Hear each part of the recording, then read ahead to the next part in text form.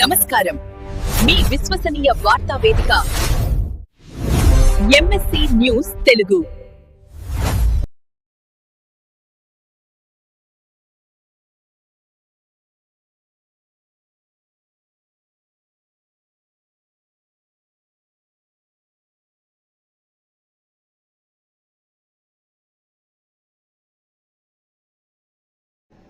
ఈ వార్తలు సమర్పించువారు pulse hospital Wyra road RCM church ఎదురుగా ఖమ్మం.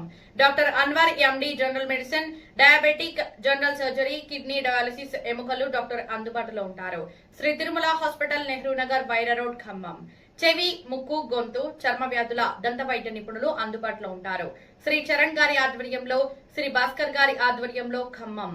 వైరా రోడ్ లో స్పర్శ neuro emergency hospital, doctor Apparao neuro physician అందుబాటులో ఉంటారు.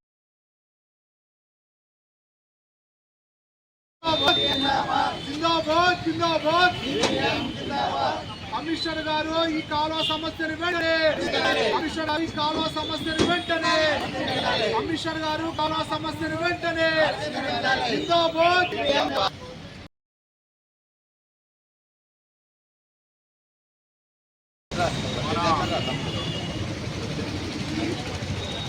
37వ డివిజను అట్లాగే 45వ డివిజను రెండు ఏరియాలలో సంబంధించి ప్రాంతంలో ఓల్డ్ క్లబ్ రోడ్డు, వినోద సినిమా హాల్ ఎదురుగా ఏమైతే ఉందో కాలువ గత 45 రోజుల నుంచి ఇక్కడ 15 రోజుల ప్రాంతం నుంచి ఇక్కడ కాంట్రాక్టు నిర్లక్ష్యం వల్ల, అట్లాగనే మున్సిపాలిటీ అధికారుల నిర్లక్ష్యం వల్ల నెలన్నర నుంచి అయితేనా కూడా ఇప్పటి వరకు కూడా పూర్తి పని కూడా కదలకపోవడం చాలా బాధాకరమైన విషయం.